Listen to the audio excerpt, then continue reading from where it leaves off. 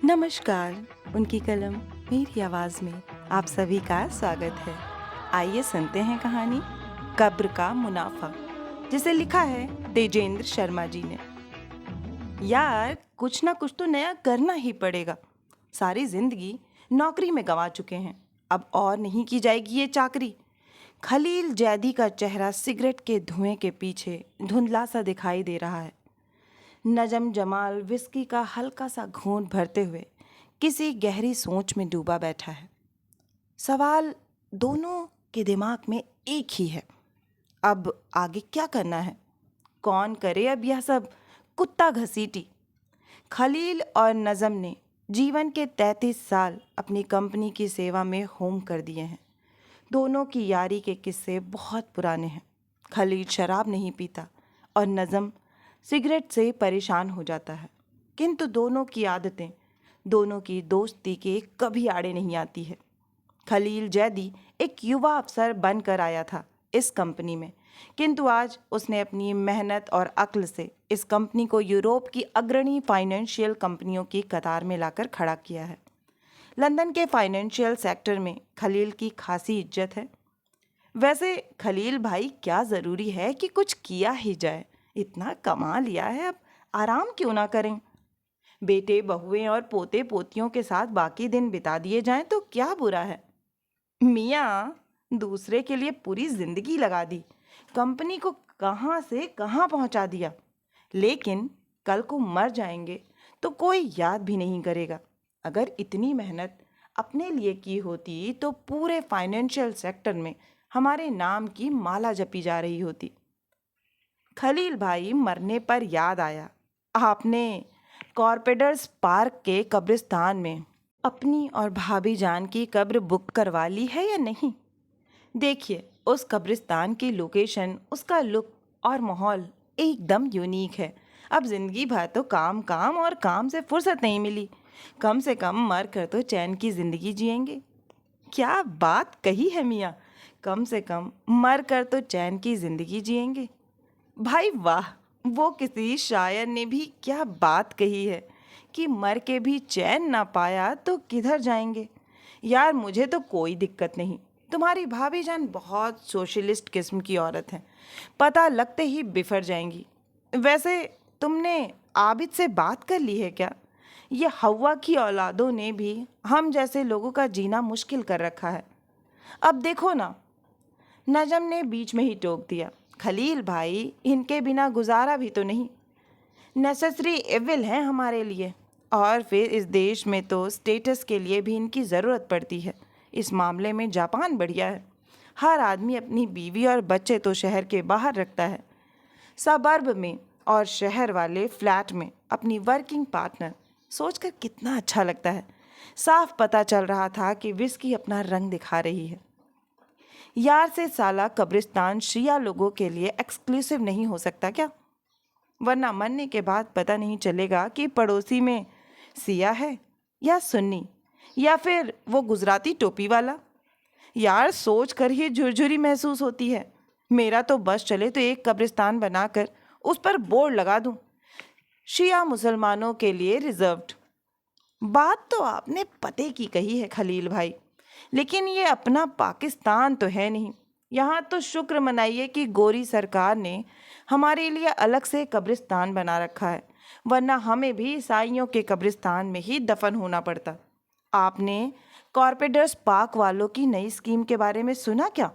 वो खाली 10 पाउंड महीने की प्रीमियम पर आपको शान से दफनाने की पूरी जिम्मेदारी अपने पर ले रहे हैं।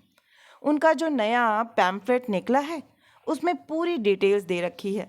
लाश को नहलाना, नए कपड़े पहनाना, कफन का इंतज़ाम, रोल्स रॉयस में लाश की सवारी और कब्र पर संगमरमर का ब्लॉक, ये सब इस बीमे में शामिल है।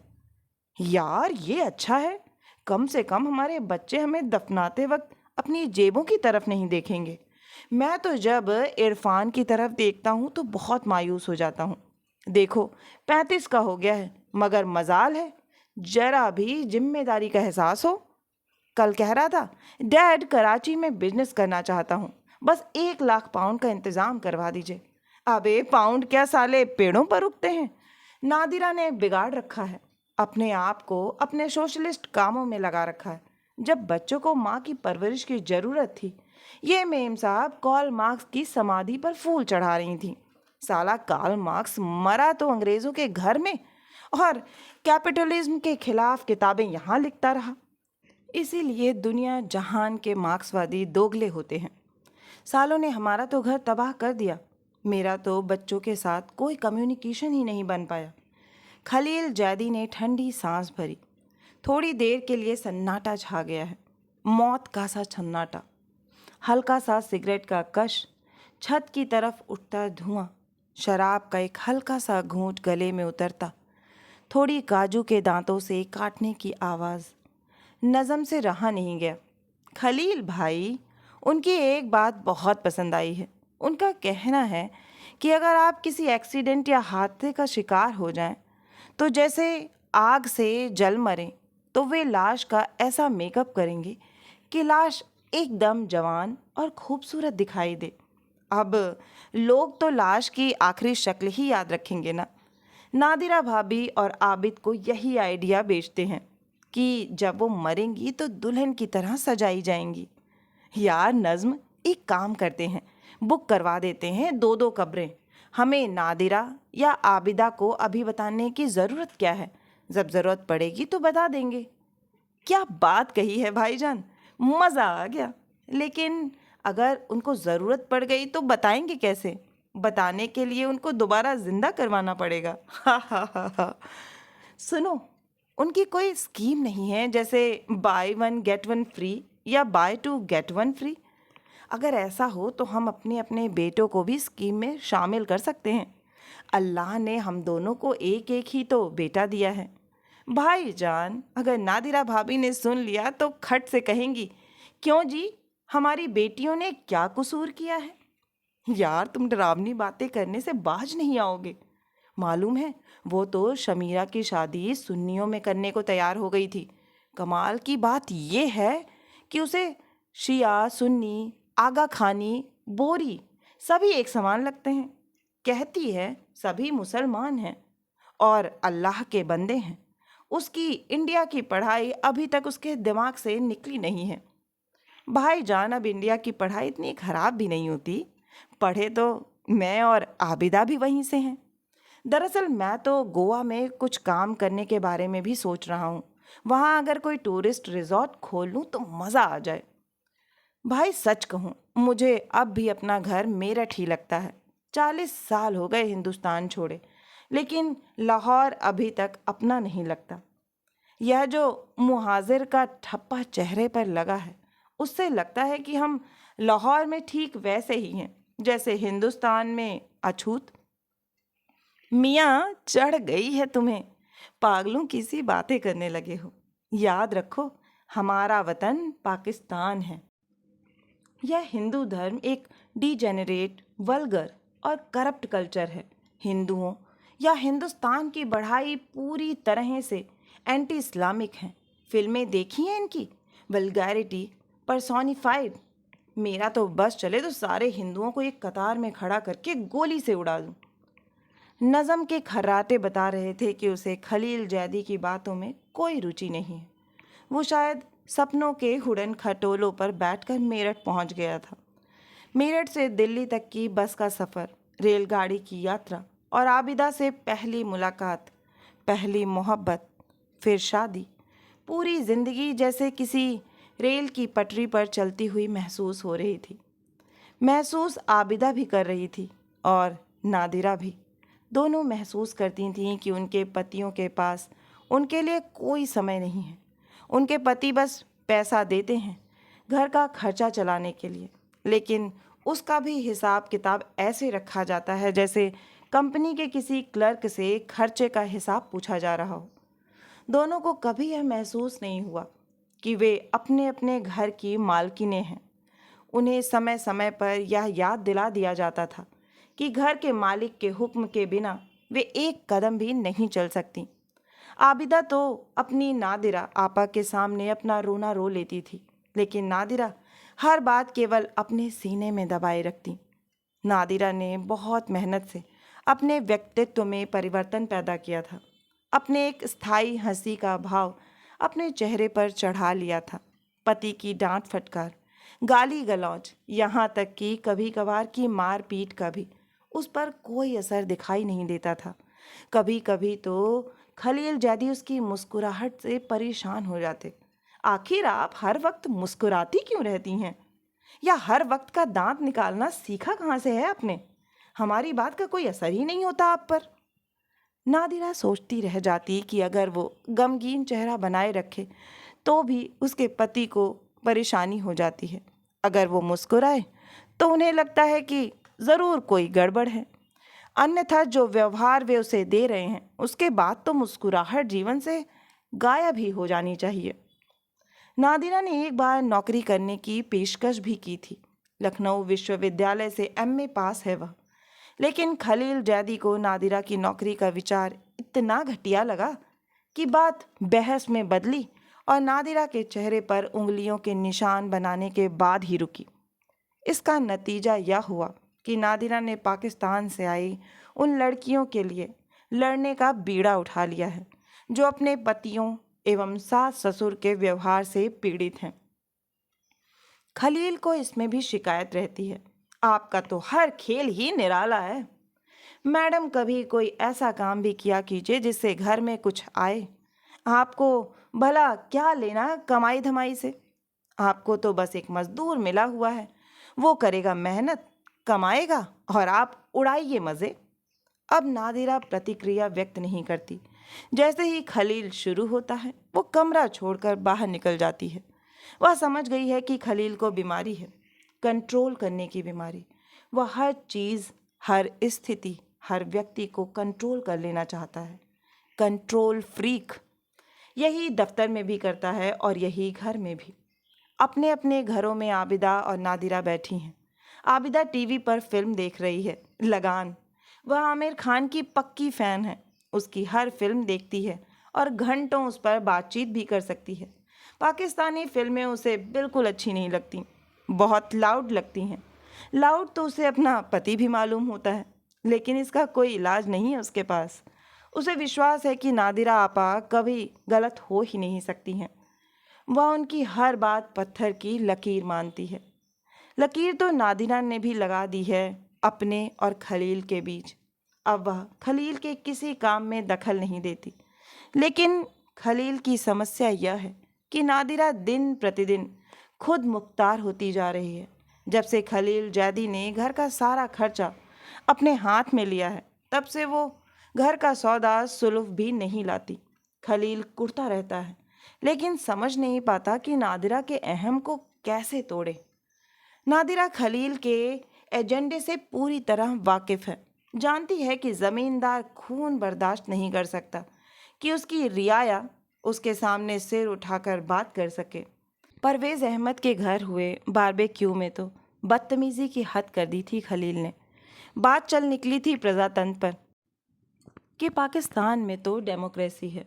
परवेज़ स्वयं इसी विचारधारा के व्यक्ति हैं। उस पर नादिरा ने कहीं भारत को विश्व का सबसे बड़ा प्रजातंत्र कह दिया। खलील का पारा चढ़ गया। रहने दीजिए, भला आप क्या समझेंगी, बस यही कहकर एकदम चुप हो गया। नादिरा ने स्थिति को समझने में गलती कर दी और कहती गई, परवेज़ भाई, मैं क्या गलत कह रही हूँ? भारत का प्रधानमंत्री सिख, वहाँ का राष्ट्रपति मुसलमान और कांग्रेस की मुखिया ईसाई। क्या दुनिया के किसी भी और देश में ऐसा हो सकता है? फट पड़ा था खलील, आप तो बस हिंदू हो गई हैं। आप सिंदूर लगा लीजिए, बिंदी माथे पर चढ़ा लीजिए और आर्य समाज में जाकर शुद्धि करवा लीजिए, लेकिन याद रखिएगा, हम आपको तलाक दे देंगे। सन्नाटा छा गया था पूरी महफिल में। नादिरा भी सन्न रह गई। उसने जिस निगाह से खलील को देखा, अपने इस जीवन में खलील उसकी परिभाषा के लिए शब्द नहीं खोज पाएगा। फिर नादिरा ने एक झटका दिया अपने सिर को और चिपका ली वही मुस्कुराहट अपने चेहरे पर। खलील तिलमिलाया, परेशान हुआ और अंततः चकरा कर कुर्सी पर बैठ गया। महफिल की मुर्दनी खत्म नहीं हो पाई। परवेज़ शर्मिंदा सा नादिरा भाभी को देख रहा था। उसे अफसोस था कि उसने बात शुरू ही क्यों की। महफिल में कब्रिस्तान की सी चुप्पी छा गई थी। घर में भी कब्रिस्तान पहुंच गया। नादिरा आमतौर पर खलील के पत्र नहीं खोलती। एक बार खोलने का खामियाजा भुगत चुकी है, लेकिन इस पत्र पर पता लिखा था श्री एवं श्रीमती खलील जैदी। उसे लगा जरूर कोई निमंत्रण पत्र ही होगा। पत्र खोला तो हैरान रह गई। अपने घर से इतनी दूर किसी कब्रिस्तान में इतनी पहले अपने लिए कब्र आरक्षित कराने का औचित्य समझ नहीं पाई। क्या उसका घर एक जिंदा कब्रिस्तान नहीं? इस घर में खलील क्या नर्क का जल्लाद नहीं? घबरा भी गई कि मरने के बाद भी खलील की बगल में ही रहना होगा। क्या मरने के बाद भी चैन नहीं मिलेगा? चैन तो उसे दिन भर भी नहीं मिला। पाकिस्तान से आई अनीशा ने आत्महत्या का प्रयास किया था। रॉयल जनरल अस्पताल में दाखिल थी। उसे देखने जाना था, पुलिस से बातचीत करनी थी, अनीशा को कब्र में जाने से रोकना था। अनीशा को दिलासा देती पुलिस से बातचीत करती। सब वे से सैंडविच लेकर चलती कार में खाती वह घर वापस पहुंची। घर की रसोई में खटपट की आवाज़ें सुनाई दे रही थीं, यानी कि अब्दुल खाना बनाने आ चुका था।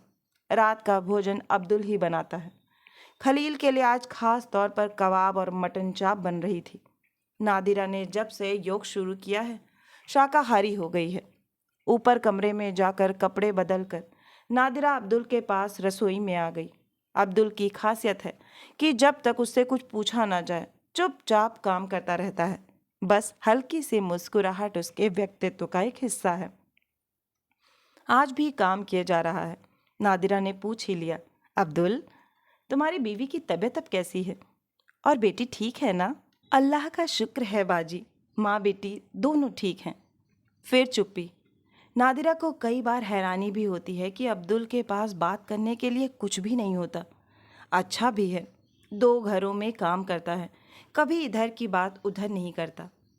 खलील घर आ गया है, अब शरीर थक जाता है। उसे इस बात का गर्व है कि उसने अपने परिवार को जमाने भर की सुविधाएं मुहैया करवाई हैं। नादिरा के लिए BMW कार है तो बेटे इरफान के लिए टोयोटा स्पोर्ट्स। हैम्पस्टेड जैसे पॉश इलाके में महल नुमा घर है। घर के बाहर दूर तक फैली हरियाली और पहाड़ी, बिल्कुल पिक्चर पोस्टकार्ड जैसा घर दिया है नादिरा को। वह चाहता है कि नादिरा इसके लिए उसकी कृतज्ञ रहे। नादिरा तो एक बेडरूम के फ्लैट में भी खुश रह सकती है। खुशी को रहने के लिए महलनुमा घर की ज़रूरत नहीं पड़ती। 7 बेडरूम का घर अगर एक मकबरे का आभास दे तो खुशी तो घर के भीतर घुसने का साहस भी नहीं कर पाएगी, दरवाजे के बाहर ही खड़ी रह जाएगी। खलील, ये आपने अभी से कब्रें क्यों बुक करवा ली हैं? और फिर घर से इतनी दूर क्यों? कॉर्पेडस पार्क तक तो हमारी लाश को ले जाने में भी खासी मुश्किल होगी। भाई, एक बार लाश रोल्स राइस में रखी गई तो हैम्पस्टेड क्या, कार्पेडस पार्क क्या, यह कब्रिस्तान जरा पॉश किस्म का है। फाइनेंशियल सेक्टर के हमारे ज़्यादातर लोगों ने वहीं दफन होने का फैसला लिया है। कम से कम मरने के बाद अपने स्टेटस के लोगों के साथ रहेंगे। खलील, आप जिंदगी भर तो इंसान को पैसों से तौलते रहे, क्या मरने के बाद भी आप नहीं बदलेंगे? मरने के बाद तो शरीर मिट्टी ही है। फिर उस मिट्टी का नाम चाहे अब्दुल हो, नादिरा हो या फिर खलील। देखो नादिरा, अब शुरू मत हो जाना। तुम अपना समाजवाद अपने पास रखो। मैं उसमें दखल नहीं देता, तुम इसमें दखल मत दो। मैं इंतज़ाम कर रहा हूँ कि हम दोनों के मरने के बाद हमारे बच्चों पर हमें दफनाने का कोई बोझ न पड़े। सब काम बाहर बाहर से ही हो जाए। आप बेशक करिए इंतज़ाम, लेकिन उसमें भी बुर्जुआ सोच क्यों? हमारे इलाके में भी तो कब्रिस्तान है, हम हो जाएंगे वहाँ दफन। मरने के बाद क्या फ़र्क पड़ता है कि हम कहाँ हैं? देखो, मैं नहीं चाहता कि मरने के बाद हम किसी खान शामा, मोची या प्लम्बर के साथ पड़े रहें। नज़म ने भी वहीं कब्रें बुक करवाई हैं। दरअसल मुझे तो बताया ही उसी ने। मैं चाहता हूँ कि तुम्हारी ज़िंदगी में तुमको बेस्ट चीज़ें मुहैया करवाऊँ ही, मरने के बाद भी बेहतरीन ज़िंदगी दूँ। भाई, अपने जैसे लोगों के बीच दफन होने का सुख और ही है। खलील, अपने जैसे क्यों? अपने क्यों नहीं? आप पाकिस्तान में क्यों नहीं दफन होना चाहते? वहाँ आप अपनों के करीब रहेंगे। क्या ज़्यादा खुशी नहीं हासिल होगी? आप हमें यह उल्टा पाठ ना पढ़ाएं। इस तरह तो आप हमसे कहेंगी कि मैं पाकिस्तान में दफन हो जाऊं, अपने लोगों के पास, और आप मरने के बाद पहुंच जाएं भारत, अपने लोगों के कब्रिस्तान में। यह चाल मेरे साथ नहीं चल सकती हैं आप। हम आपकी सोच से अच्छी तरह वाकिफ़ हैं बेगम। खलील, हम कहे देते हैं, हम किसी 5 स्टार कब्रिस्तान में ना तो खुद को दफन करवाएंगे और ना ही आपको होने देंगे। आप इस तरह की सोच से बाहर निकलिए। बेगम, कुरान पाक भी इस तरह का कोई फतवा नहीं देती कि कब्रिस्तान किस तरह का हो। वहाँ भी सिर्फ दफन करने की बात है। दिक्कत तो यही है खलील, यह जो तीनों आसमानी किताबों वाले मज़हब हैं, वो पूरी ज़मीन को कब्रिस्तान बनाने पर आमादा हैं। एक दिन पूरी ज़मीन कम पड़ जाएगी इन तीनों मजहबों के मरने वालों के लिए। नादिरा जी, अब आप हिंदुओं की तरह मुतासिब बातें करने लगी हैं। समझती तो आप कुछ है नहीं। आप तो यह भी कह देंगे कि हम मुसलमानों को भी हिंदुओं की तरह चिता में जलाना चाहिए। खलील जब गुस्सा रोकने का प्रयास करता है तो नादिरा के नाम के साथ जी लगा देता है। हर्ज ही क्या है इसमें? कितना साफ सुथरा सिस्टम है। जमीन भी बची रहती है, खाक मिट्टी में भी मिल जाती है। देखिए, हमें भूख लगी है, बाकी बात कल कर लेंगे। कल कभी आता भी तो नहीं है, फिर आज जो हो जाता है।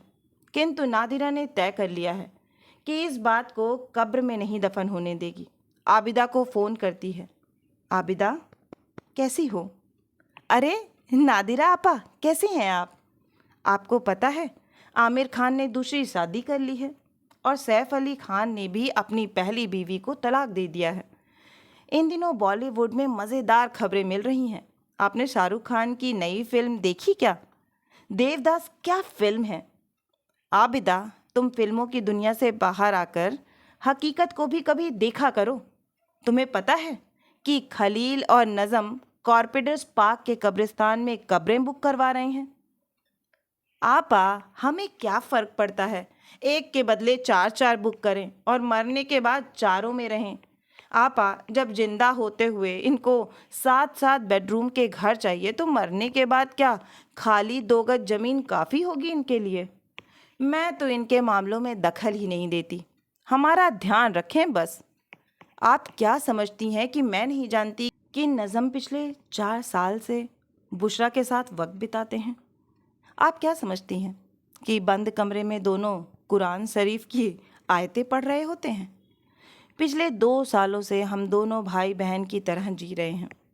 अगर हिंदू होती तो अब तक नज़म को राखी बांध चुकी होती।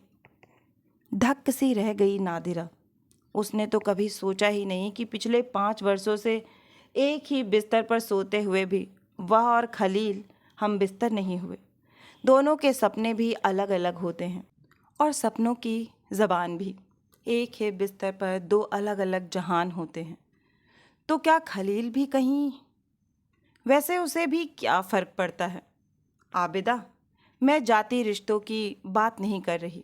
मैं समाज को लेकर परेशान हूँ। क्या यह ठीक है जो यह दोनों कर रहे हैं? आपा, मुझे कोई फ़र्क नहीं पड़ता। मेरे लिए यह बातें बेकार सी हैं। जब मर ही गए तो क्या फ़र्क पड़ता है कि मिट्टी कहाँ दफन हुई? इस बात को लेकर मैं अपना आज क्यों ख़राब करूं? हाँ, अगर नज़म मुझसे पहले मर गए तो मैं उनको दुनिया के सबसे गरीब कब्रिस्तान में ले जाकर दफन करूंगी और कब्र पर कोई कुतबा तक नहीं लिखवाऊंगी। गुमनाम कब्र होगी उसकी। अगर मैं पहले मर गई तो फिर बचा ही क्या? ठीक कहा आबिदा ने कि बचा ही क्या। आज जिंदा हैं तो भी क्या बचा है? साल भर बीत जाने के बाद भी क्या कर पाई है नादिरा? आदमी दोनों जिंदा हैं, लेकिन कब्रें आरक्षित हैं दोनों के लिए। खलील और नज़म आज भी इसी सोच में डूबे हैं कि नया धंधा क्या शुरू किया जाए। कब्रें आरक्षित करने के बाद वो दोनों इस विषय को भूल भी गए, लेकिन कॉर्पोरेट्स पार्क उनको नहीं भूला है। आज फिर एक चिट्ठी आई है। मुद्रास्फीति के साथ साथ मासिक किश्त में पैसे बढ़ाने की चिट्ठी ने नादिरा का खून फिर खौला दिया है। खलील और नज़म आज ड्राइंग रूम में योजना बना रहे हैं। पूरे लंदन में एक नज़म ही है जो खलील के घर शराब पी सकता है और एक खलील ही है जो नज़म के घर सिगरेट पी सकता है, लेकिन दोनों अपना अपना नशा खुद साथ लाते हैं, सिगरेट भी और शराब भी। खलील भाई देखिए, मैं पाकिस्तान में कोई धंधा नहीं करूँगा। एक तो आबिदा वहाँ जाएगी नहीं, दूसरे अब तो बुशरा का भी सोचना पड़ता है, और तीसरा यह कि अपना तो साला पूरा मुल्क ही करप्शन का मारा हुआ है। इतनी रिश्वत देनी पड़ती है कि दिल करता है सामने वाले को 4 जूते लगा दूं। ऊपर से नीचे तक सब करप्ट। अगर हम दोनों को मिलकर कोई काम शुरू करना है तो यहीं इंग्लैंड में रहकर करना होगा, वरना आप कराची और हम गोवा। मैं तो आजकल सपनों में वहीं गोवा में रहता हूँ। क्या जगह है खलील भाई, क्या लोग हैं, कितना सेफ फील करता है आदमी वहाँ। मियाँ तुमको चढ़ बहुत जल्दी जाती है, अभी तय कुछ हुआ नहीं, तुम्हारे अंदर का हिंदुस्तानी लगा चहकने। तुम साले हिंदुस्तानी लोग कभी सुधर नहीं सकते। अंदर से तुम सब के सब मुत्तासिब होते हो, चाहे मजहब तुम्हारा कोई भी हो, तुम्हारा कुछ नहीं हो सकता। तो फिर आप ही कुछ सोचिए ना, आप तो बहुत ब्रॉड माइंडेड हैं। वही तो कर रहा हूँ। देखो एक बात सुनो। नादिरा भुनभुनाती हुई ड्राइंग रूम में दाखिल होती है। खलील, मैंने आपसे कितनी बार कहा है कि यह कब्रें कैंसिल करवा दीजिए, आप मेरी इतनी छोटी सी बात नहीं मान सकते। अरे भाभी, आपको खलील भाई ने बताया नहीं कि उनकी स्कीम की खास बात क्या है। उनका कहना है कि अगर आप किसी एक्सीडेंट या हादसे का शिकार हो जाएं, जैसे आग से जल मरें, तो वो लाश का ऐसा मेकअप करेंगे कि लाश एकदम जवान और खूबसूरत दिखाई दे। अब आप ही सोचिए, ऐसी कौन सी खातून है जो मरने के बाद खूबसूरत और जवान ना दिखना चाहेगी। आप तो हमसे बात भी ना करें नज़म भाई, आपने ही यह कीड़ा इनके दिमाग में डाला है। हम आपको कभी माफ़ नहीं करेंगे। खलील, आप अभी फ़ोन करते हैं या नहीं, वरना मैं खुद ही कब्रिस्तान को फ़ोन करके कब्रें कैंसिल करवाती हूँ। यार तुम समझती नहीं हो नादिरा, कैंसिलेशन चार्ज अलग से लगेंगे, क्यों नुकसान करवाती हो। तो ठीक है, मैं खुद ही फ़ोन करती हूँ और पता करती हूँ कि आपका कितना नुकसान होता है, उसकी भरपाई मैं खुद ही कर दूंगी। नादिरा गुस्से में नंबर मिला रही है। सिगरेट का धुआं कमरे में एक डरावना सा माहौल पैदा कर रहा है। शराब की महक रही सही, कसर भी पूरी कर रही है।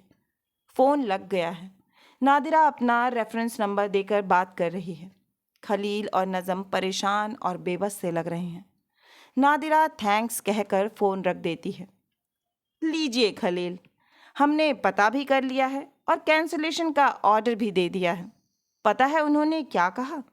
उनका कहना है कि आपने 350 पाउंड एक कब्र के लिए जमा करवाए हैं, यानी कि 2 कब्रों के लिए 700 पाउंड, और अब इन्फ्लेशन की वजह से उन कब्रों की कीमत हो गई है 1100 पाउंड, यानी कि आपको हुआ है कुल 400 पाउंड का फ़ायदा। खलील ने कहा, क्या 400 पाउंड का फ़ायदा बस साल भर में? उसने नज़म की तरफ देखा। नज़म की आंखों में भी वही चमक थी। नया धंधा मिल गया था। अभी आप सुन रहे थे कहानी कब्र का मुनाफा। आशा है कि यह कहानी आपको बहुत ही पसंद आई होगी। अगर कहानी पसंद आई है तो मुझे प्रोत्साहित करने के लिए एक लाइक करें, अपनों के साथ ज़्यादा से ज़्यादा शेयर करें। नीचे कमेंट बॉक्स में कमेंट करके बताएं कि आपको कहानी कैसी लगी। और अगर आप इस परिवार का हिस्सा बनना चाहते हैं तो इस चैनल से जुड़ें, और हाँ, नोटिफिकेशन बेल ज़रूर दबाएं, जिससे आगे आने वाली हर कहानियाँ आपको समय पर मिलती रहें। फिर मिलती हूँ एक नई कहानी या कविता के साथ। तब तक के लिए आप सभी का कहानी सुनने के लिए बहुत बहुत धन्यवाद।